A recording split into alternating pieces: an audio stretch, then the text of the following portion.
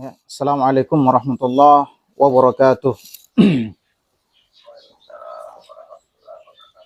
Alhamdulillah wassalatu wassalamu ala Rasulillah wa ala alihi wa ashabihi wa man tabi'ahum bi ihsanin ila yaumiddin, amma ba'd.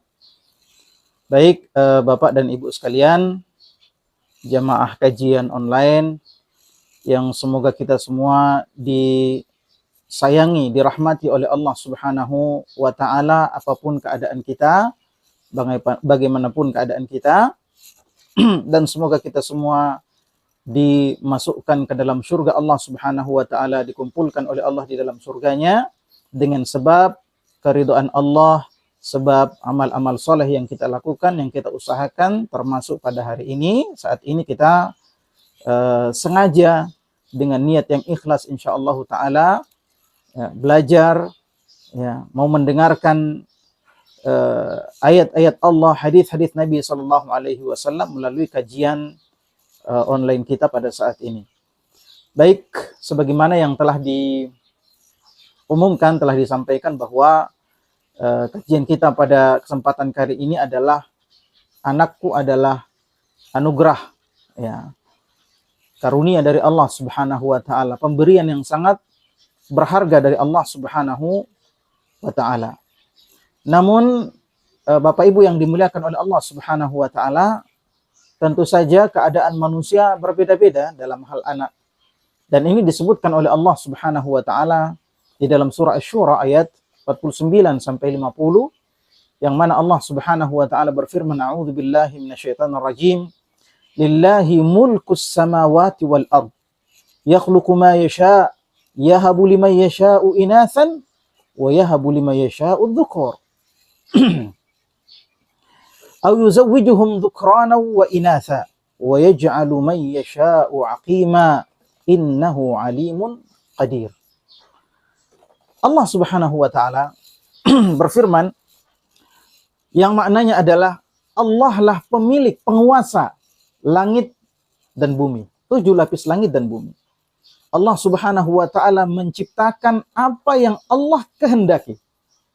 Nah, dari sini kita paham bahwa segala sesuatu yang diciptakan oleh Allah, apapun itu, maka itu sesuai dengan kehendak Allah, sesuai dengan takdir Allah. Maka apapun yang terjadi kepada kita, itu adalah takdir Allah. Harus kita terima dengan dalam keadaan ridha. Karena itu adalah apa yang telah Allah tentukan. Kemudian Allah mengatakan, yahabu liman yasha'u inatha. Allah Subhanahu wa taala memberikan kepada orang-orang yang dia kehendaki anak-anak perempuan. Wa yahabu liman yasha'u adh-dhukur. Dan Allah Subhanahu wa taala memberikan kepada orang-orang yang Allah kehendaki anak-anak laki-laki. Yang pertama tadi semuanya dikasih anak perempuan saja, tidak punya anak laki-laki. Dan yang kedua adalah orang-orang yang Allah Subhanahu wa taala menghendaki mereka hanya memiliki anak laki-laki saja, tidak ada anak perempuannya. Kemudian yang ketiga, au yuzawwijuhum dhukrana wa inatha. Atau Allah Subhanahu wa taala mencampurkan untuk diberikan kepada orang-orang yang Allah kehendaki anak perempuan dan anak laki-laki. Ada anak perempuannya, ada anak laki-lakinya. Kemudian kata Allah Subhanahu wa taala, wa yaj'alu man yasha'u 'aqima. Dan Allah Subhanahu wa taala menghendaki, menjadikan beberapa orang yang Allah kehendaki. Sekali lagi, Allah memberikan atau menjadikan beberapa orang yang Allah kehendaki. Apa yang diberikan? Mereka dijadikan apa? Allah menjadikan mereka aqima, mandul, tidak punya anak. Ini kehendak Allah Subhanahu wa taala. Kemudian Allah menutup ayatnya dengan firman-Nya, innahu alimun qadir. Sesungguhnya Allah Maha tahu. Allah Maha tahu terhadap apa yang diberikan kepada hamba-hambanya. Allah Maha tahu terhadap konsekuensi dari apa yang Allah ciptakan untuk hamba-hambanya. Allah Maha tahu. Qadir, Allah lah yang Maha berkuasa, yang Maha mampu untuk menciptakan apa saja. Allah yang Maha mampu untuk mengatur hamba-hambanya. Maka dari sini Al-Imam Ibnu Katsir menyebutkan bahwasannya keadaan manusia dengan anaknya itu ada 4 keadaan manusia sebagaimana ayat tadi. Yang disebutkan oleh Al-Imam Ibnu Katsir di dalam tafsirnya. Yang pertama adalah orang yang hanya dikaruniai anak perempuan saja, tidak ada anak laki-lakinya. Ini seperti Nabi Lut. Nabi Lut, dia punya anak perempuan semua, tidak ada anak laki-lakinya. Kemudian yang kedua, orang yang hanya Allah berikan anak laki-laki saja.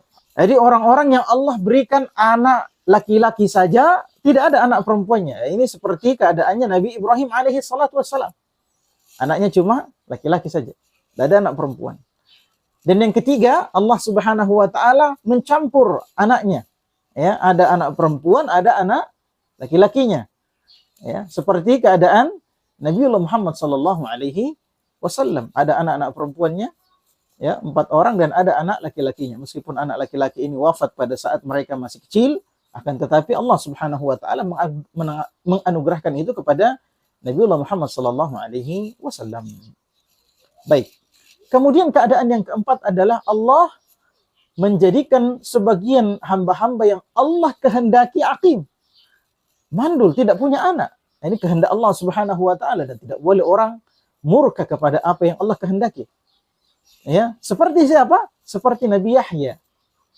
Ya, atau seperti Nabi Isa alaihi salatu wassalam. Meskipun Nabi Isa ini sebagian mengatakan dia tidak menikah. Ya. Nabi Isa ini tidak menikah. Adapun Nabi Yahya, wallahu a'lam, dia menikah atau tidak. Baik. Ini adalah contoh-contoh yang Allah Subhanahu wa taala, atau pembagian yang Allah Subhanahu wa taala bagikan kepada hamba-hambanya. Nah, adapun orang yang tidak memiliki anak, ya, apakah orang ini harus berprasangka buruk kepada Allah Subhanahu wa taala? Harus merasa bahwa Allah itu tidak adil, kenapa orang-orang dikasih anak, ya, dengan mudahnya orang-orang dikasih anak, kemudian saya tidak. Ya. Bahkan saudaraku yang dimuliakan oleh Allah Subhanahu wa taala, Anda harus pahami bahwa orang seperti ini, sebagaimana Allah Subhanahu wa taala berfirman tadi, innahu alimun qadir, Allah Maha tahu. Ya. Maka orang seperti ini sesungguhnya Allah sedang sediakan kepadanya sesuatu yang sangat-sangat istimewa. Sangat-sangat istimewa, meskipun dia tidak punya anak, tapi Allah menyediakan dia sesuatu yang sangat-sangat istimewa. Bagaimana hal itu bisa terjadi? Ketika dia melihat tetangga-tetangganya, ada anaknya semuanya.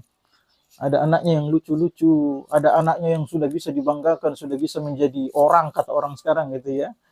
Ya. Ada yang bisa bantu-bantu dia kerja, ada yang bantu-bantu cuci piring, dan semua orang menginginkan ini. Tapi ternyata Allah mentakdirkan dia untuk tidak punya anak. Ya. Dia punya saudara-saudara, ada anaknya, punya teman-teman sekolah dulu semua, ada anaknya semua. Ya, bahkan orang-orang, masya Allah, sering bertanya, ya, kapan punya anak? Dan ini pertanyaan yang tidak pantas kita tanyakan, ya. Tidak pantas kita tanyakan. Kenapa? Karena pertanyaan-pertanyaan seperti ini membuat sakit hati.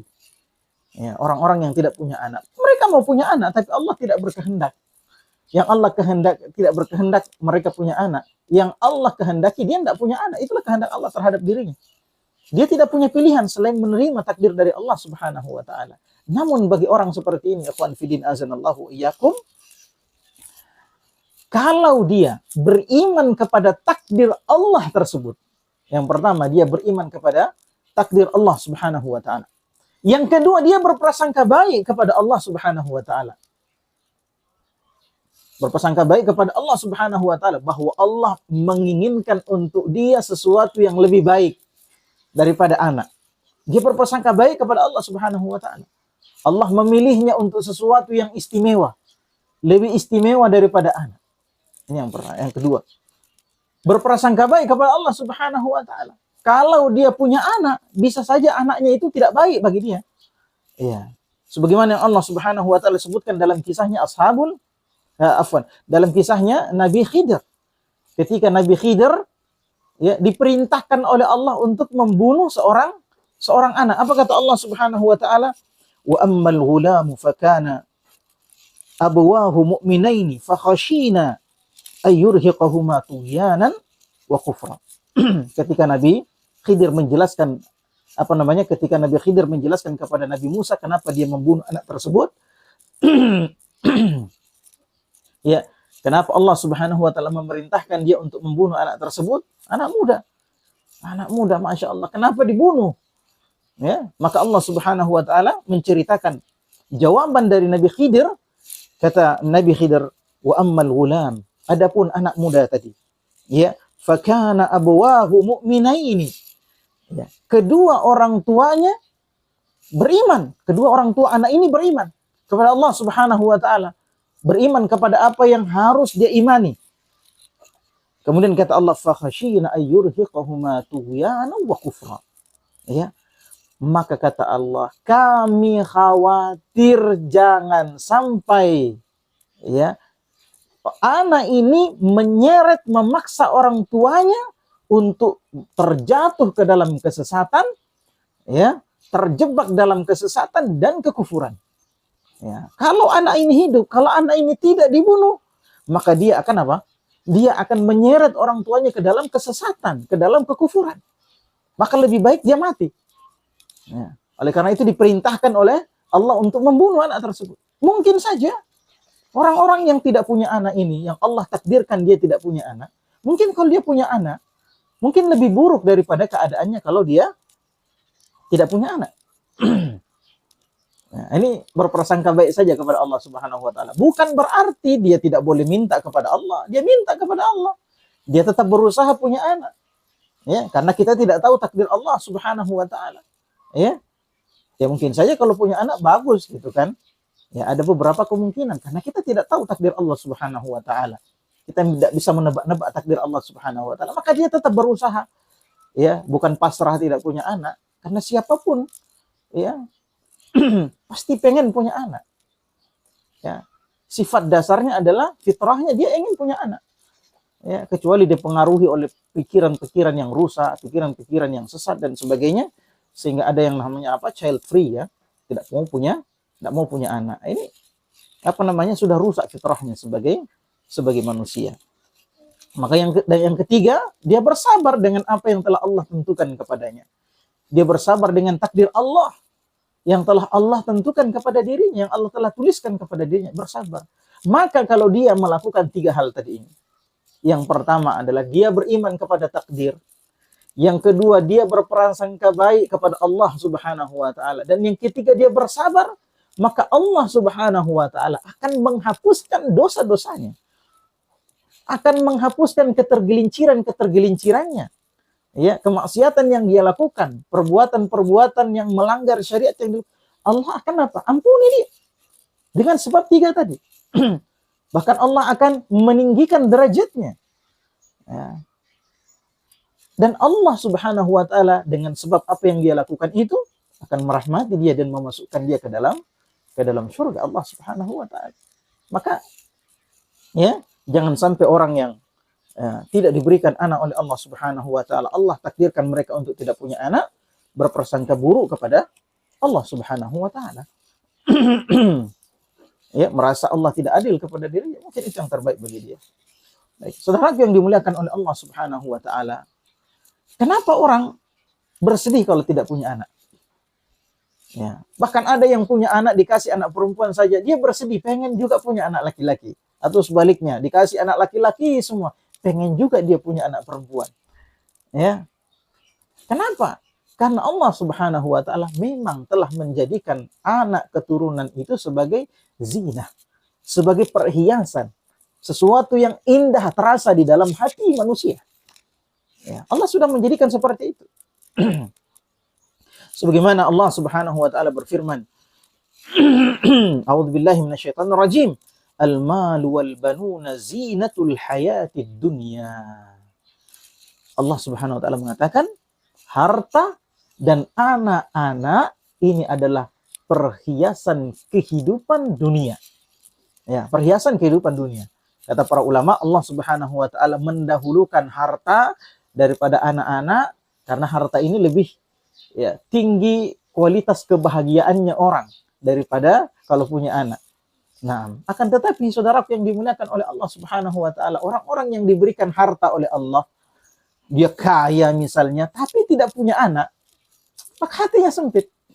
Hatinya sempit. Buat apa harta ini? Ya, akan diwariskan kepada siapa? Untuk membahagiakan siapa? Dia tidak punya anak. Ya. Dia punya harta, punya kekayaan, punya kekuasaan, tapi dia tidak punya anak. Maka hatinya sempit. Ya. Hatinya tidak bahagia. Atau sebaliknya Allah Subhanahu wa taala memberikan kepadanya anak tapi tidak punya harta, miskin. Ya. Dia mau sekolahkan anaknya tidak bisa karena tidak punya biaya. Dia mau bawa anaknya jalan-jalan tidak bisa karena tidak punya biaya, tidak punya uang. Ya. Mau kasih makan anaknya juga susah, setengah mati. Kenapa? Enggak punya harta. Maka ini juga membuat hatinya sempit. Maka Allah Subhanahu wa taala mengatakan al-malu wal banun. Harta dan anak-anak zinatul hayatid dunia, perhiasan keindahan kehidupan dunia. Kalau orang memiliki harta, dia punya anak, dia juga punya harta, lengkaplah sudah. Ya, keindahan, kebahagiaan hidupnya di dunia. Tapi ini kebahagiaan hidup di dunia. Makanya Allah Subhanahu wa taala menyambung ayat itu, wal baqiyatus salihat khairun 'inda rabbika thawaban wa khairun amala. Ya, adapun al-baqiyatus salihat, amalan-amalan saleh yang terus berlangsung, itu disebut dengan al-baqiyatus salihat. Amalan-amalan saleh yang konsisten dilakukan, diamalkan. Ya, sebagian ulama menafsirkan maksudnya adalah zikir subhanallah walhamdulillah wala ilaha illallah wallahu akbar dan seterusnya. Ya, ini yang dimaksud karena ada sebuah hadis yang menyebutkan hal tersebut ketika Nabi Shallallahu Alaihi Wasallam ditanya tentang al-baqiyatus salihat, maka Rasulullah menjawab dengan hal tersebut. Akan tetapi hadis ini didhaifkan oleh sebagian besar ulama hadis. Ya. Sehingga kata para ulama, ya, al-baqiyatus salihat, ya, yang dimaksud dengan amalan-amalan saleh yang konsisten dilakukan, ya amalan apa saja.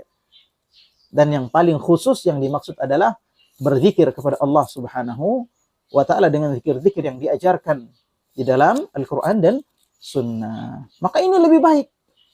Ya, lebih baik di dunia, lebih baik pahalanya, wa khairun amala, dan lebih baik di dalam, ya, harapan setiap orang. Maksudnya lebih baik bagi dia di akhirat kelak.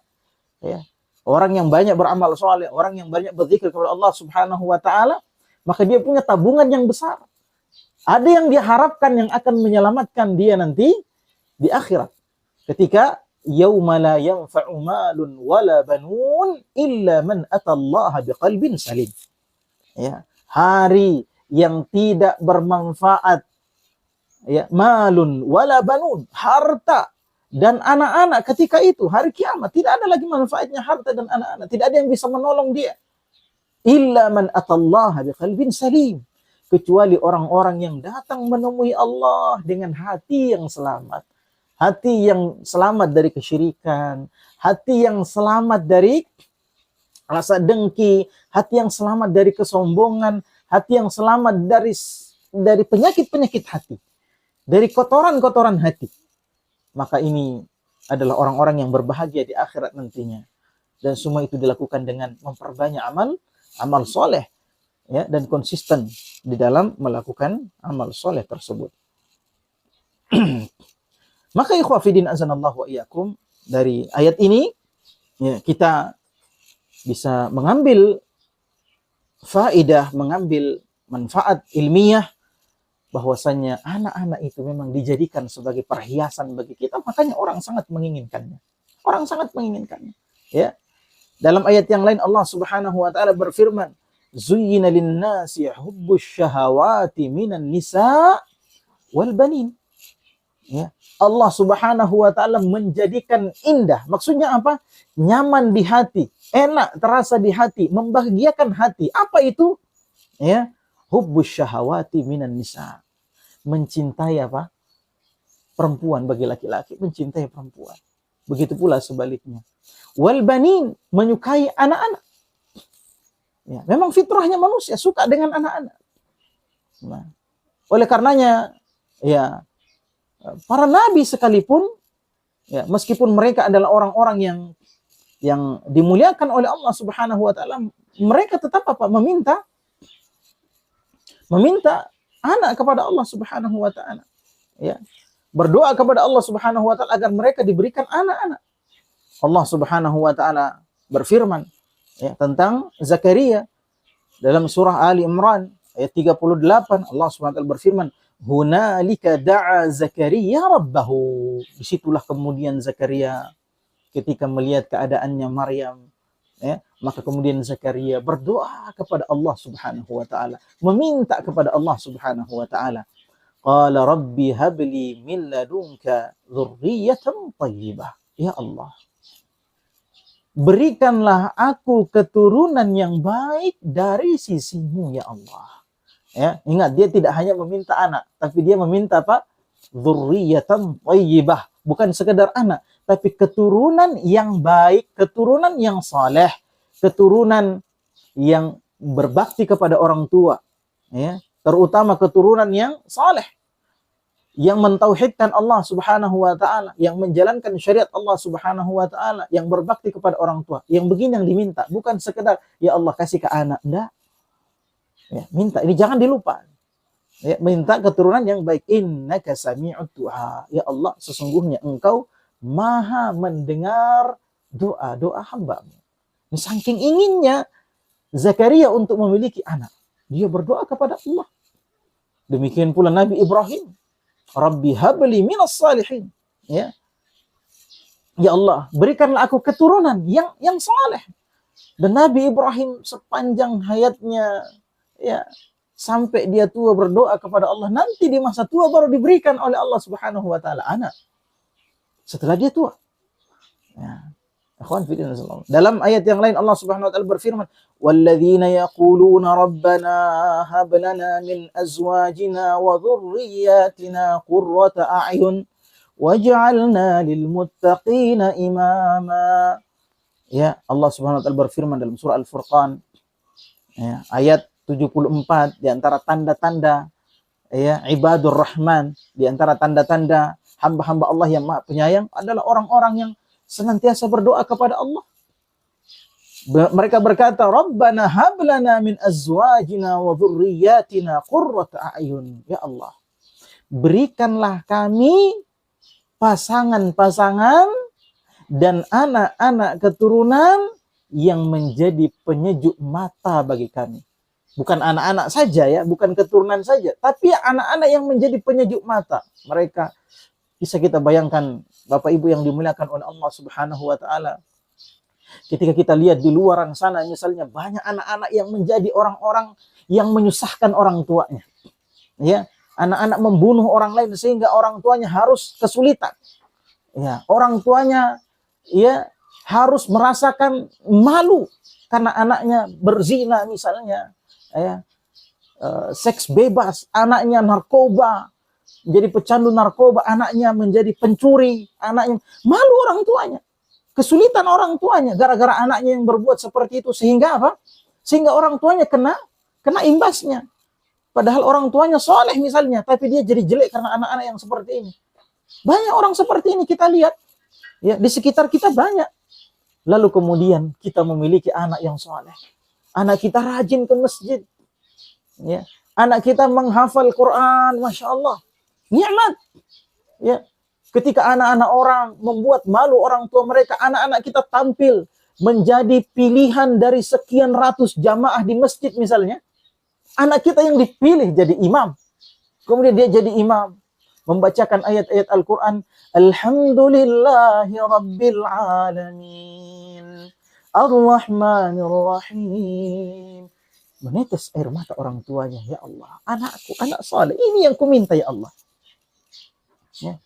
Ketika anak-anak orang berbicara, ya, pembicaraan mereka joget-joget di di media sosial, bicara yang tidak ada manfaatnya, bicara dengan pembicaraan yang membahayakan akhiratnya, ya, joget-joget di TikTok, di media sosial dan sebagainya, melakukan hal-hal yang tidak bermanfaat. Tiba-tiba anak kita dipilih oleh Allah dari sekian orang yang ada di kampung itu, anak kita dipilih untuk tampil di mimbar menyampaikan nasihat-nasihat yang asalnya dari Al-Quran dan Sunnah kepada manusia, mengajak manusia kepada tauhid, meninggalkan kesyirikan, mengajak manusia kepada sunnah, meninggalkan kebid'ahan. Anak kita tampil dipilih oleh Allah untuk melakukan hal yang sangat baik tersebut.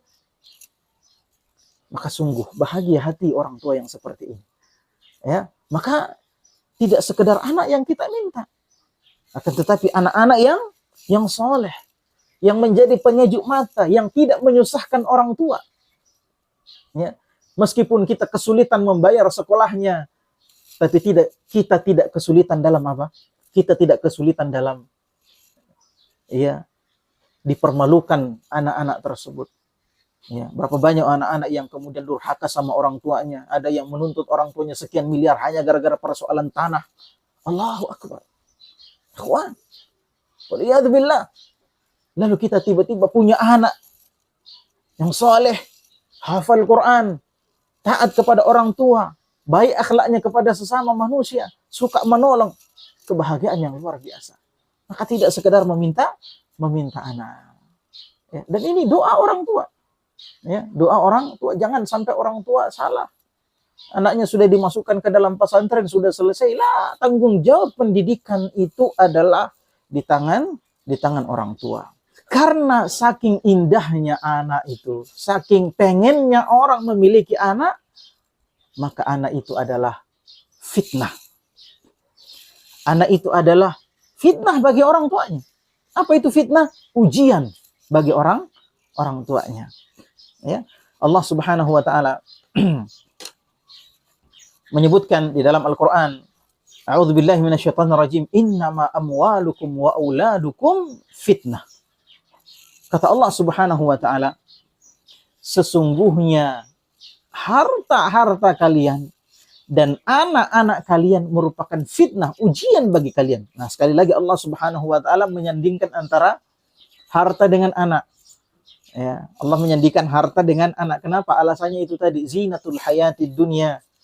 Karena keduanya ini menjadi perhiasan kehidupan dunia, kebahagiaan seorang di dunia, punya anak, punya harta. Kalau orang-orang dulu, kalau dia punya anak, Masya Allah, bangganya luar biasa. Terutama anak laki-laki.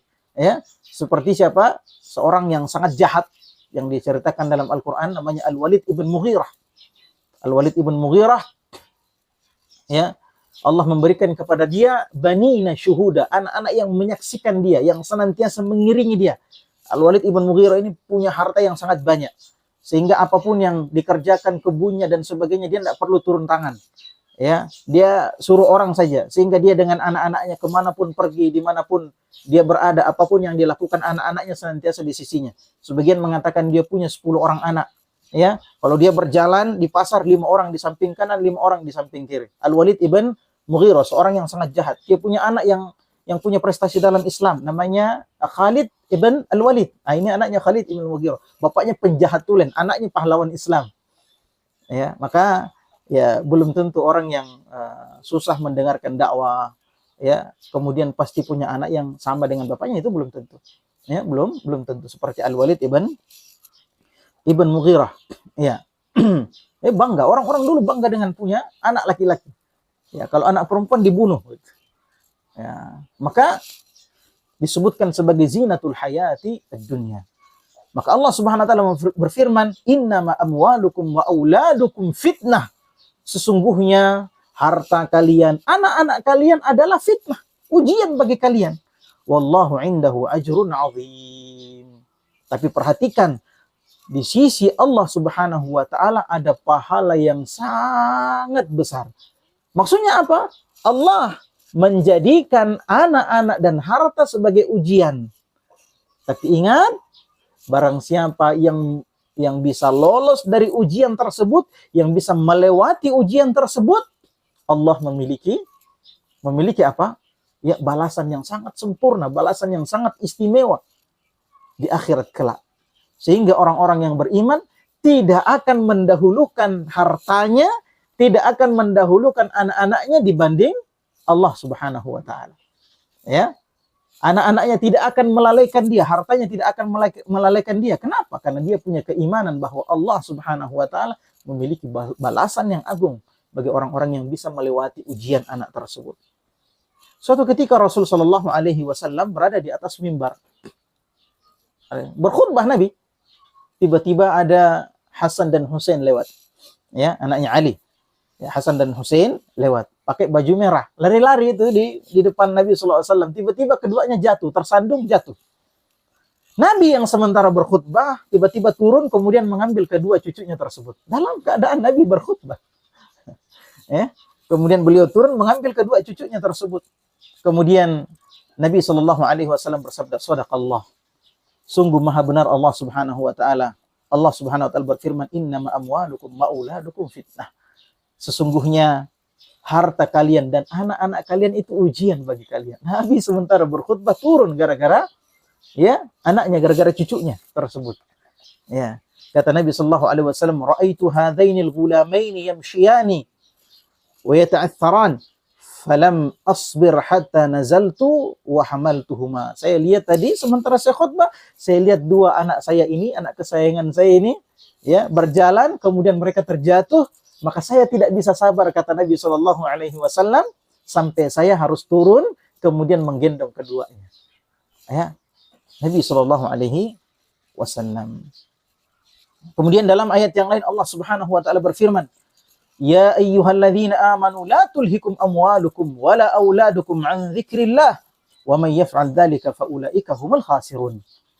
Wahai orang-orang yang beriman, jangan sampai harta kalian dan anak-anak kalian, sekali lagi ini disandingkan oleh Allah Subhanahu wa taala, harta dengan anak, dan ini sering dalam Al-Qur'an. Ya. Kata Allah Subhanahu wa taala, jangan sampai ya kedua ketika berkumpulnya kesempurnaan ini kemudian melalaikan kamu dari berzikir kepada Allah Subhanahu wa taala. Ya. Wa may yaf'al dzalika fa ulaika humul khasirun.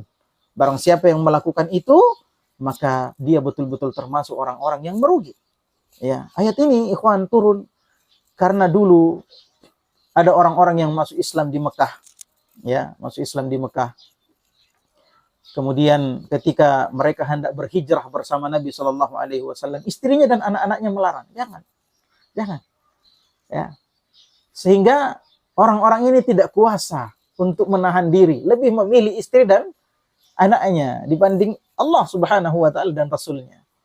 Maka ketika sampai mereka sadar, mereka pun datang dan melihat ya orang-orang yang dulu mereka sama-sama masuk Islam sudah faham agama. Ya, sudah Masya Allah keimanannya luar biasa, dan mereka begitu-begitu saja tidak bertambah. Kenapa? Gara-gara anak dan istrinya. Ya. Makanya dalam firman-Nya yang lain Allah Subhanahu wa taala berfirman, "Ya ayyuhalladzina amanu inna min azwajikum wa auladikum aduwwan lakum fahdharuhum." Kata Allah Subhanahu wa taala, wahai orang-orang yang beriman, sesungguhnya ada di antara ya istri-istri kalian dan anak-anak kalian menjadi musuh bagi kalian. Masya Allah, menjadi musuh. Ya, bagi kalian. Kenapa? Karena menghalangi dia dari apa? Menghalangi dia dari ketaatan kepada Allah Subhanahu wa taala. Ya, maka istri-istri, anak-anak ya atau harta yang menghalangi kita dari ketakwaan kepada Allah, menghalangi kita dari zikir, menghalangi kita dari menuntut ilmu, ini adalah musuh. Ya. Namun kata Allah Subhanahu wa taala, "Fahdharu ya fa'fu wasfahu." Ya. Kata Allah Subhanahu wa taala, maafkanlah mereka. Ini jalan yang terbaik. Mau dia apa lagi? Ya mereka anak kita, mereka istri kita. Kata Allah Subhanahu wa taala, maafkan mereka. Lapangkan hatimu kepada mereka, ampuni mereka. Ya, maafkan mereka, ampuni mereka. Ya. Sesungguhnya Allah Subhanahu wa taala Maha Pengampun.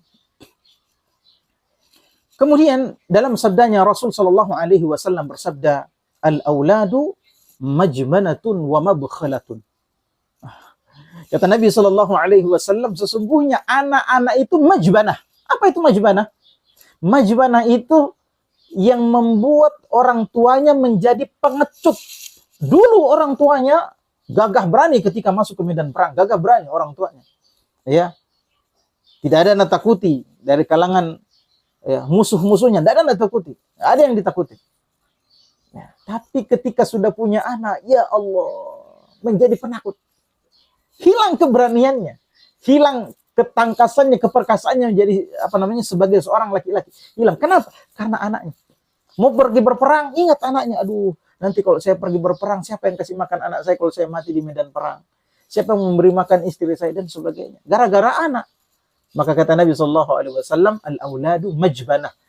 Ya, anak-anak itu bisa merubah keberanian orang tuanya menjadi pengecut, ya, penakut.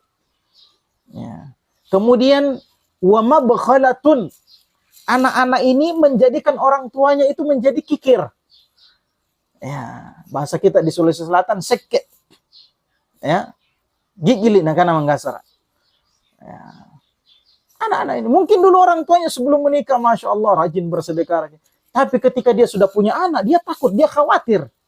Kalau saya sedekah ini anak saya mungkin tidak akan sekolah.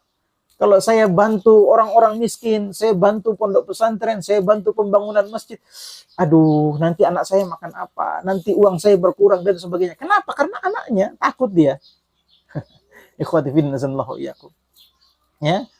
Dalam riwayat yang lain dikatakan wa mahzanah. Ya. Anak-anak itu mahzanah, membuat orang tuanya menjadi sedih. Anaknya sakit, orang tuanya sedih. Anaknya dimasukkan pondok, orang tuanya tidak pernah tenang, gitu. Nangis terus, ya, tiap hari nangis itu. Kenapa? Memikirkan anaknya di pondok, padahal anaknya bahagia-bahagia saja, punya teman baru, punya lingkungan baru, asyik dia. Tapi mamanya, ibunya sedih. Ya, anaknya sakit sampai orang tua mengatakan, ya Allah, berdoa ya Allah, ya, jangan engkau ambil nyawanya anakku, mending saya yang diambil nyawanya. Ya, daripada anakku. Kalau memang anakku harus mati, ambil saja nyawaku, kata seorang seorang ibu.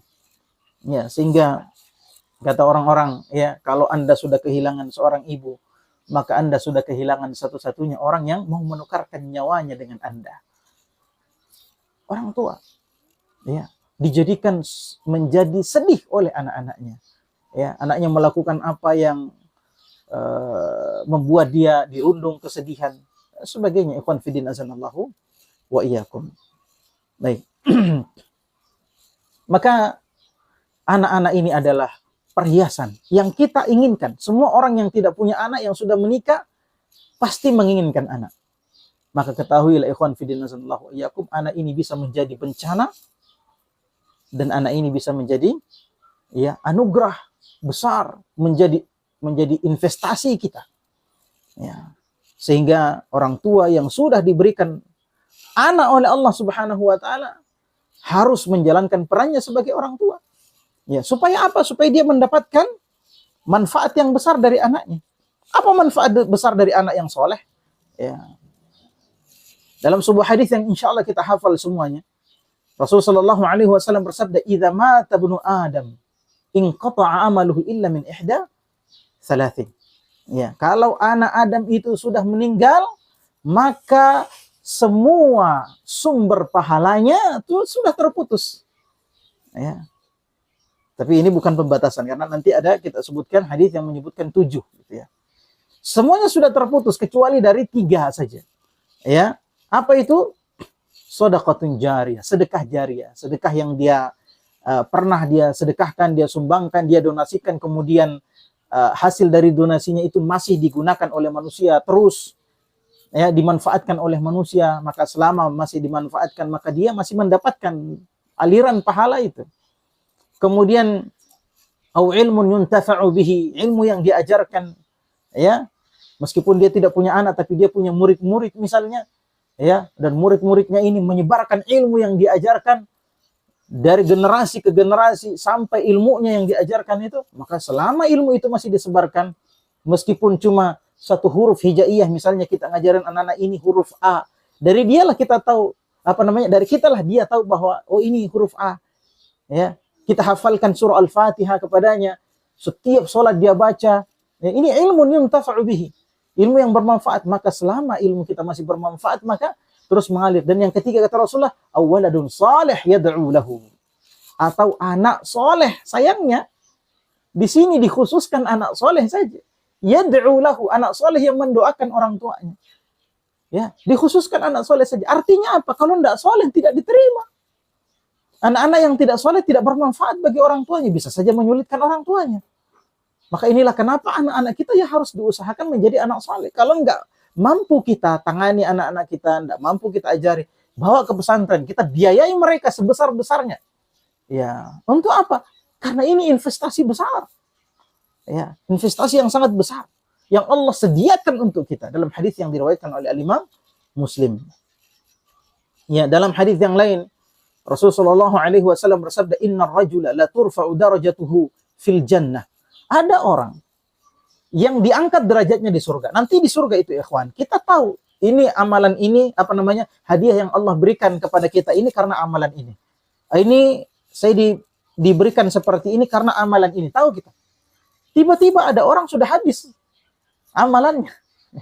Ya, tidak ada lagi kesempatan untuk meninggikan derajatnya. Tiba-tiba derajatnya diangkat, padahal dia tahu sudah habis ini dia punya bekal. Tiba-tiba derajatnya diangkat. Maka dia bertanya, "Anna hadza?" Ini dari mana ini? Kenapa saya bisa dapat bonus seperti ini? Maka dijawab kepada dia, "Bistighfari waladika laka." Ya, karena permintaan ampunnya anakmu untukmu. Allahu Akbar. Ya, ikhwan fillah sallallahu alaihi wasallam, bisa kita bayangkan ada orang yang punya 8 orang anak, semuanya brengsek semuanya tidak benar. Ya. Tidak ada yang mendoakan orang tuanya. Ya. Tapi ada orang yang punya anak 5 misalnya, atau anaknya 10, ada satu saja yang baik, maka satu itu bahagianya luar biasa. Ya, apalagi kalau semuanya ke-10-nya baik-baik semua. Allahu Akbar. Ikhwan fillah azanallahu wa iyyakum. Ya, karena doa anaknya yang soleh sehingga orang tua diangkat derajatnya di surga oleh Allah Subhanahu wa taala. Dalam hadis yang lain, ya, yang diriwayatkan oleh Ibnu Majah dan Ibnu Khuzaimah, kata Rasulullah SAW, "Sab'un yajri ajruha lil 'abdi ba'da mautihi." Ada 7 hal yang pahalanya tetap mengalir meskipun seseorang itu sudah mati di kuburannya. Ya. Yang pertama adalah man 'allama ilman, yang mengajarkan ilmu. Ini yang senantiasa membuat kita para ustadz ini semangat untuk mengajarkan ilmu. Ya, ketika ilmu kita dimanfaatkan orang, diamalkan oleh orang, maka kita juga dapat sampai mati pun. Meskipun raga sudah tak bisa lagi berbuat apa-apa, tak bisa lagi meraup amalan-amalan yang banyak, tapi kita punya ilmu yang pernah kita ajarkan dan diamalkan oleh orang-orang. Ya. Kemudian au ajra nahran, ya, atau dia membuat sungai, ada mata air, ya, tidak ada tempatnya mengalir, kemudian dia membuat sungai supaya mata air itu dimanfaatkan oleh orang-orang banyak, atau dia mengalirkan umbub, pipa-pipa, supaya sampai ke rumah-rumah orang bisa minum, orang bisa mandi, orang bisa manfaatkan untuk kebutuhan sehari-hari, baik untuk ibadah maupun untuk kebiasaan hari-hari. Maka orang seperti ini tetap mendapatkan pahalanya meskipun dia sudah mati. Au hafara bi'ran, atau dia menggali sumur, ya, sehingga orang memanfaatkan sumur itu. Au gharasa nakhlan, atau dia menanam pohon kurma. Au bana masjidan, atau dia membangun masjid. Au waratha mushafan, ya, dia membagi-bagikan, dia mewariskan mushaf Al-Qur'an, dia membagi-bagikan Al-Qur'an. Au taraka waladan yastaghfir lahu ba'da mautihi, atau dia meninggalkan anak-anak, tentunya anak-anak soleh, sebagaimana yang disebutkan dalam hadis yang sebelumnya, anak-anak soleh yang memintakan ampun untuk dia setelah dia wafat. Maka ikhwati fillah sallallahu alaihi wasallam, ya, ini saya kira sudah terlalu panjang. Kita tutup dengan sebuah ayat. Allah Subhanahu wa taala berfirman, "Walladzina amanu wattaba'atuhum dzurriyyatuhum biimanin alhaqna bihim dzurriyyatahum wa ma alatna min amalihim min syai' kullu imri'in bima kasaba rahim." Allah Subhanahu wa taala berfirman, dan orang-orang yang beriman dan keturunan mereka mengikuti mereka dalam keimanan, yakni orang ini beriman, keturunannya juga beriman. Ya. Maka apa kata Allah? Alhaqna bihim dzurriyyatahum, maka kami ikutkan keturunannya itu dengan dia. Ya. Wa ma'alatna min amalihim min syai', dan kami tidak mengurangi sedikit pun amalan pahala dari orang tersebut. Ya, kullu mri'in bima kasaba rahin. Semua orang tergantung, terikat dengan apa yang telah dia lakukan. Maksudnya apa? Di sini Allah Subhanahu wa taala menjelaskan ada seseorang yang dia beriman, kemudian keturunannya beriman. Ini masuk surga. Ya, si orang beriman tadi masuk surga, keturunannya juga masuk surga. Akan tetapi, ya, keturunannya ini di surga yang paling bawah misalnya, yang paling bawah. Ini si orang beriman tadi, dia di surga yang tinggi, tapi karena sama-sama beriman maka sama-sama masuk surga. Apa yang terjadi? Kata Allah, kami ikutkan generasinya ini kepada orang beriman tersebut. Jadi diangkat derajatnya di surga. Kenapa? Karena dia punya bapak, dia punya keluarga yang beriman. Dan dalam bahasa Arab, zurriyah itu tidak mesti keturunan ke bawah, termasuk juga ke atas, kakeknya, bapaknya, kakeknya. Maksudnya apa, ikhwan? Maksudnya kalau kita punya anak misalnya, taruhlah keimanan kita biasa-biasa saja, tapi kita mengusahakan supaya anak-anak kita ini bagus keimanannya, bagus amal soleh mereka, maka kita harapkan mereka bisa mendapatkan surga yang tinggi. Kalau anak kita mendapatkan surga yang tinggi, kita ini misalnya masuk surga juga, tapi surga paling bawah, lumayan lah daripada tidak masuk surga sama sekali.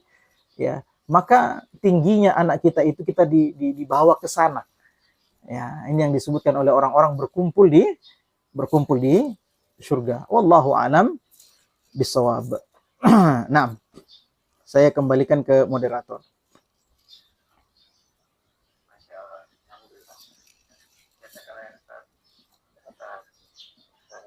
Kajian pagi ini kami terima kasih atas penyampaian Ustaz, terutama kepada kami para orang tua ya. Semoga Allah melapangkan hati kami. Baik Bapak Ibu jamaah kajian, Ustaz saja memaparkan materinya kepada jamaah yang ingin bertanya. Kami persilakan, yang ingin bertanya langsung silakan present. Izin saya bacakan Ustaz. Ya, silakan. Pertanyaan pertama itu dari Ibu Rian dari Rian. Bismillah. Assalamualaikum warahmatullahi wabarakatuh. Semoga limpahan berkah, rahmat dan kasih sayang Allah dan biasa menyertai Pak Ustadz. Amin. Jadikan beserta keluarga. Amin ya rabbal alamin. Kapan izin bertanya Pak Ustadz, apakah orang tua mempunyai kewajiban untuk bantu memilihkan pekerjaan dan jodoh untuk anaknya? Terus sampai kapan dan sebatas apakah peran orang tua dalam menentukan masa depan anaknya, sehingga peran orang tua tersebut tidak melangkahi kuasa dan takdirnya Allah Subhanahu wa taala? Itu kan Ustaz. Baik. Jadi alhamdulillah wassalatu wassalamu ala Rasulillah. Bapak Ibu yang dimuliakan oleh Allah Subhanahu wa taala, boleh enggak orang tua menentukan cita-cita anaknya? Ini perbuatan yang diperbolehkan, bahkan bisa menjadi wajib.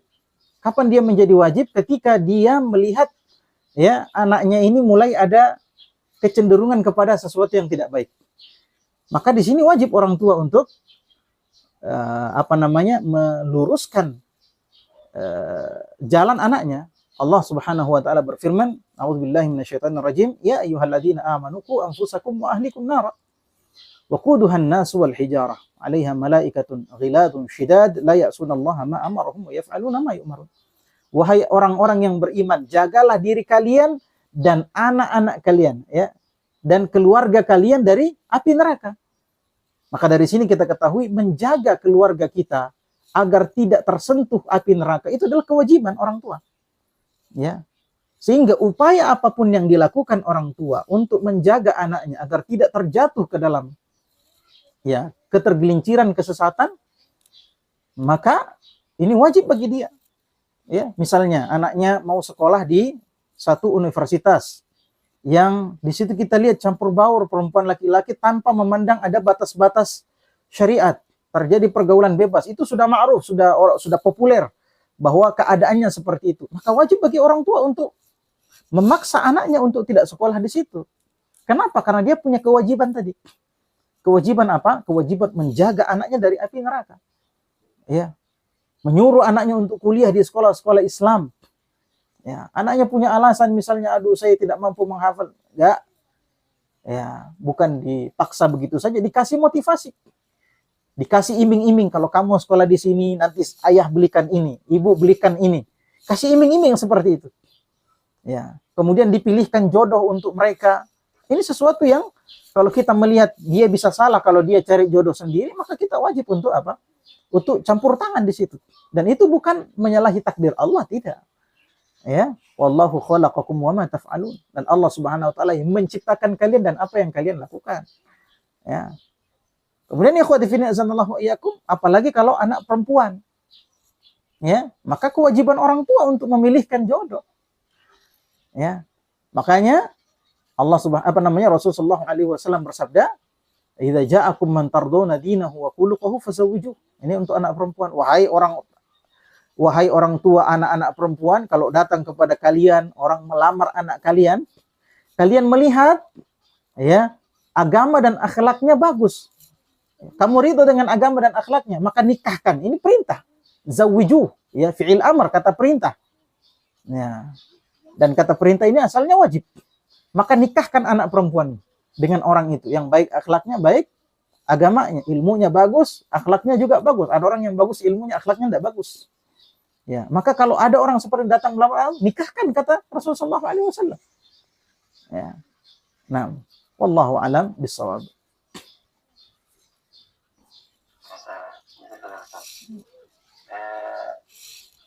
Saya ingin bertanya,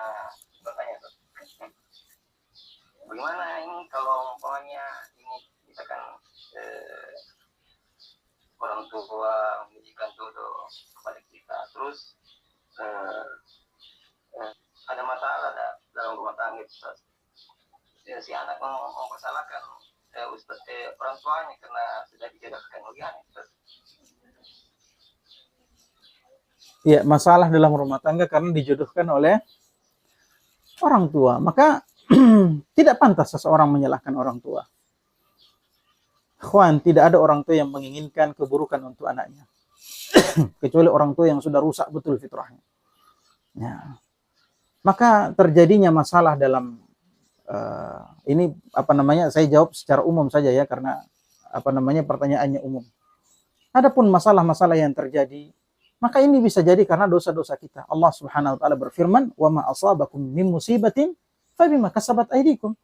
Ya, musibah apa saja yang menimpa kalian, maka itu sebab perbuatan kalian sendiri. Maka tidak pantas kita ya menyalahkan orang tua. Ya, apalagi itu sudah lewat. Ya, sudah lewat. Ya, makanya juga orang tua yang menjodohkan anaknya, ya ini tadi kriterianya. Ya, orang yang diridhoi agama dan akhlaknya. Jangan sampai kita menjerumuskan anak kita ke dalam ya kebinasaan, dinikahkan dengan orang-orang yang tidak pantas untuk dinikahi, yang agamanya jelek, yang akhlaknya jelek dan sebagainya ya.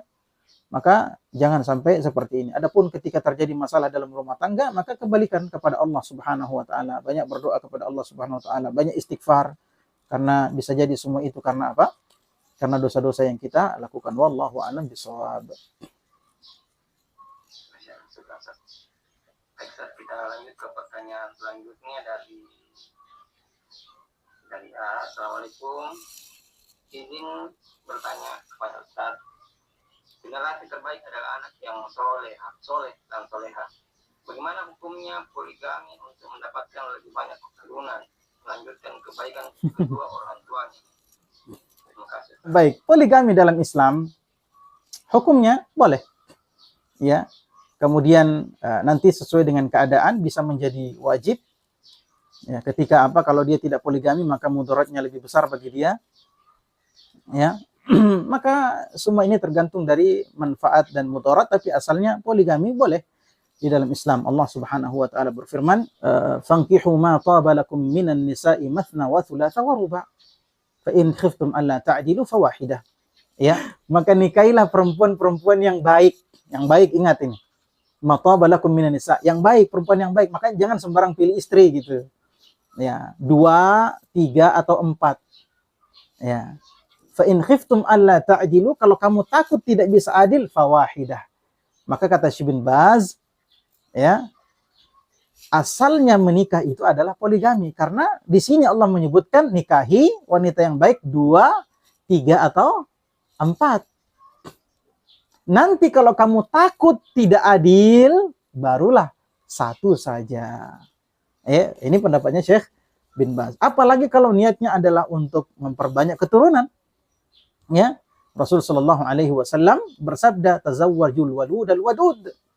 Ya, nikahilah wanita yang banyak anaknya, yang bisa memiliki anak banyak, dan wanita-wanita yang sayang, penyayang, ya, bukan wanita-wanita yang kasar, bukan wanita-wanita yang mulutnya isinya kebun binatang semua gitu. Yang suka memukul dan sebagainya, enggak. Nikahilah wanita-wanita yang ya bisa memiliki banyak anak, dilihat dari keturunannya, oh ini ibunya banyak anaknya, maka kemungkinan besar wanita ini banyak anaknya. Dan wanita-wanita yang penyayang, dia sayang sama suaminya, dia sayang sama anak-anaknya, dia sayang sama anak-anaknya suaminya. Fa inni mukatsirum bikumul umama yaumal qiyamah, karena aku bangga dengan banyaknya, ya, aku bangga dengan banyaknya jumlah kalian umatku pada hari kiamat. Ya, Nabi SAW berbangga-bangga dibanding di hadapan nabi-nabi yang lain dengan banyaknya anaknya. Maka dia apa? Maka dia ketika meniatkan poligami dengan niat tersebut, maka ini niat yang mulia. Kalau dia jujur dalam niatnya tersebut. Na'am, wallahu a'lam bissawab. Assalamualaikum Ustaz, izin bertanya. Waalaikumsalam. Bagaimana membimbing anak yang sudah masuk remaja, yang punya dunia sendiri, Ustaz?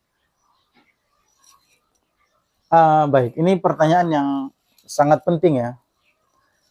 Tapi ini membutuhkan waktu yang sangat panjang, mungkin 1 kali ceramah ini ya. Ya, ini 1 kali ceramah. Dan saya ada deal dengan Ustadz Hamka ya, bahwa materi-materi saya selanjutnya ini tentang parenting, dan ini saya sudah persiapkan untuk kesempatan selanjutnya. Tapi tidak masalah, kita bahas secara ringkas. Yang pertama adalah untuk memiliki anak yang soleh, orang tuanya harus soleh terlebih dahulu. Orang tuanya harus soleh terlebih dahulu. Makanya dalam dunia pendidikan ada yang namanya pendidikan pranatal, pendidikan sebelum lahir. Anak orang tua yang mau anaknya nanti soleh, ya dia harus persiapkan dirinya jadi soleh dulu.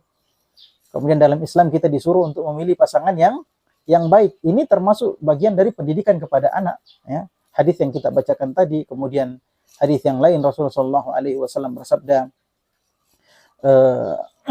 tungkahul mar'a li arba'a, ya, wanita itu dinikahi karena 4 hal, ya. Ada yang karena li jamaliha, karena cantiknya, wali nasabiha, karena nasabnya, garis keturunannya, atau li hasabiha, ya, karena kedudukannya. Kemudian karena limaliha, ada yang dinikahi karena hartanya, walidiniha, atau karena agamanya. Kata Nabi SAW, fadfar bidzatid din taribat yadak, maka pilihlah istri karena agamanya, maka kalau tidak maka akan celaka kamu. Maka ini bagian dari pendidikan kepada anak sebelum lahir. Kemudian setelah anak lahir, ya, mulai dari kecil kita biasakan dengan kebiasaan-kebiasaan yang baik, kebiasaan-kebiasaan orang soleh, disesuaikan dengan umur mereka, ya, kapan mereka disuruh sholat, kapan mereka disuruh berjilbab, ketika makan diajari bismillah dan sebagainya. Ajari adab-adab seperti itu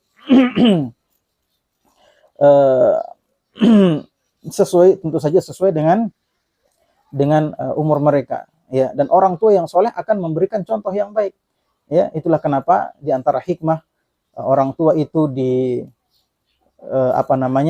kata Rasulullah SAW, khairu salawatikum fil baiti illal maktubah, sebaik-baik salat kalian adalah di rumah kecuali salat wajib. Itu bagusnya di masjid. Kenapa? Karena supaya kebiasaan sholat itu kelihatan di rumah. Orang tua sholat sunnah misalnya, maka anaknya melihat, maka anaknya akan ikut. Ini bagian-bagian dari pendidikan terhadap anak, baik sebelum dia lahir maupun setelah dia lahir. Kemudian selalu dengan nasihat, ya, menjaga kedekatan dengan anak. Ini penting sekali, ya. Jangan sampai orang tua menjaga jarak dengan anaknya, ya, dan berbagai hal-hal yang lain. Tapi intinya ikhwan, seseorang tidak akan mampu untuk mendidik anaknya kalau dia tidak punya ilmu. Seseorang tidak akan mampu mendidik anaknya kalau dia tidak punya ilmu. Apa yang akan diajarkan ke anaknya kalau dia tidak punya ilmunya?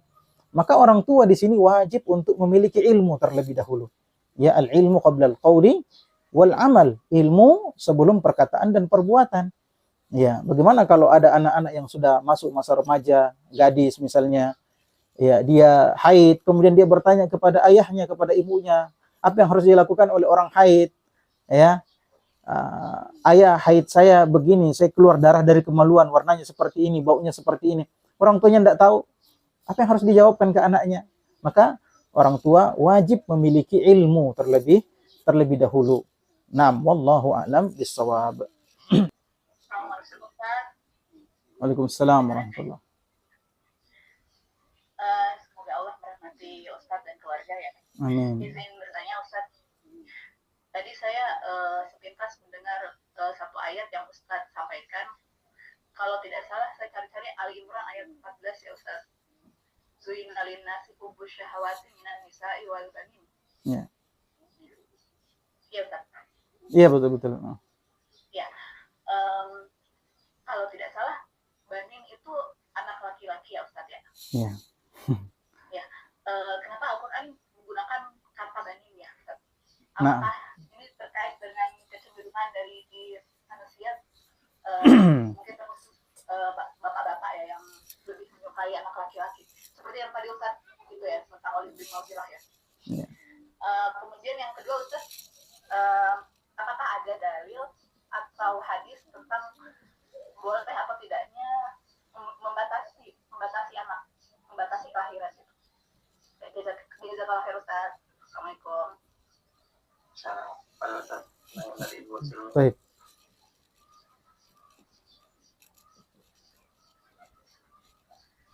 Baik, ini ada dua pertanyaan dari Ibu Silvi. Yang pertama, kenapa disebutkan tadi cuma banin? Kenapa bukan banat? Atau tidak dengan kata al-aulad yang mencakup keduanya, anak laki-laki dan anak perempuan. Jadi memang ini disebutkan oleh para ulama tafsir,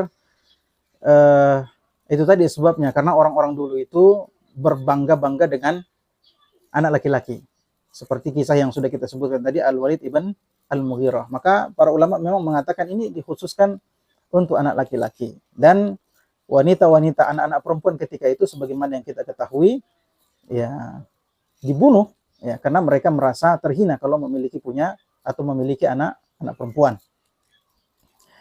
Maka anak-anak laki-laki ketika itu dibanggakan sebagaimana orang-orang membanggakan harta. Itulah kenapa Allah Subhanahu wa taala menggunakan redaksi anak laki-laki, dan itu sampai sekarang masih ada seperti itu ya. Ketika dia punya anak laki-laki maka dia bangga ya. Kemudian kalau anak perempuan ya terkadang dikesampingkan ya. Kalau anak laki-laki yang datang ke pangkuannya bangga dia, senang, tapi kalau anak perempuan yang datang ke pangkuannya maka dia rasanya kurang tidak, atau minimal tidak sama bahagianya ketika anak laki-laki yang datang. Ini diantara yang disebutkan oleh para ulama dalam tafsir mereka. Nah, kemudian yang kedua, apakah boleh membatasi kelahiran? Ya gitu ya, boleh membatasi kelahiran. Wallahu alam, di sini para ulama menyebutkan asalnya adalah tidak boleh. Asalnya adalah tidak boleh karena hadis yang kita bacakan tadi, fa inni mukatsirun bikumul umama yaumal qiyamah. Ya tazawwajul waludal wadud, nikahilah wanita-wanita yang banyak anaknya. Ya, maksudnya yang bisa melahirkan banyak anak. Ya. Kemudian menyayangi anak-anak, menyayangi suaminya, menyayangi anak-anak. Karena aku berbangga-bangga dengan banyaknya umatku pada hari kiamat. Nah, ini dari sini dan dari dalil-dalil yang lain, maka kata para ulama tidak boleh membatasi kelahiran. Ya, kecuali untuk sesuatu yang darurat. Misalnya kalau berbahaya bagi seorang ibu, kalau dia punya anak lagi, ada yang seperti ini. Ya. Maka ini dibolehkan. Kenapa? Karena ini mudarat bagi ibunya. Dalam hadis yang lain ada yang disebutkan dengan azal, ya. Azal itu artinya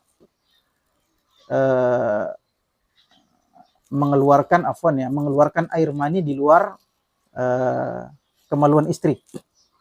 Ya, dia berjima kemudian air maninya dikeluarkan di luar mulut rahimnya istri. Ya, ini namanya azal. Maka ini boleh dilakukan tapi tidak boleh sering. Ini boleh dilakukan tapi tidak boleh ya sering, hanya untuk mengatur jarak kelahiran. Kalau misalnya jarak kelahiran itu berdampak negatif bagi orang tua bagi sang ibu, ya, bisa membahayakan sang ibu, bisa mengancam nyawa sang ibu, maka azal ini boleh dilakukan. Ya, adapun kalau tidak ada alasan seperti ini, maka wallahu alam, ya, para ulama mengatakan tidak boleh membatasi, ya, kelahiran. Wallahu a'lam bishawab. Nah.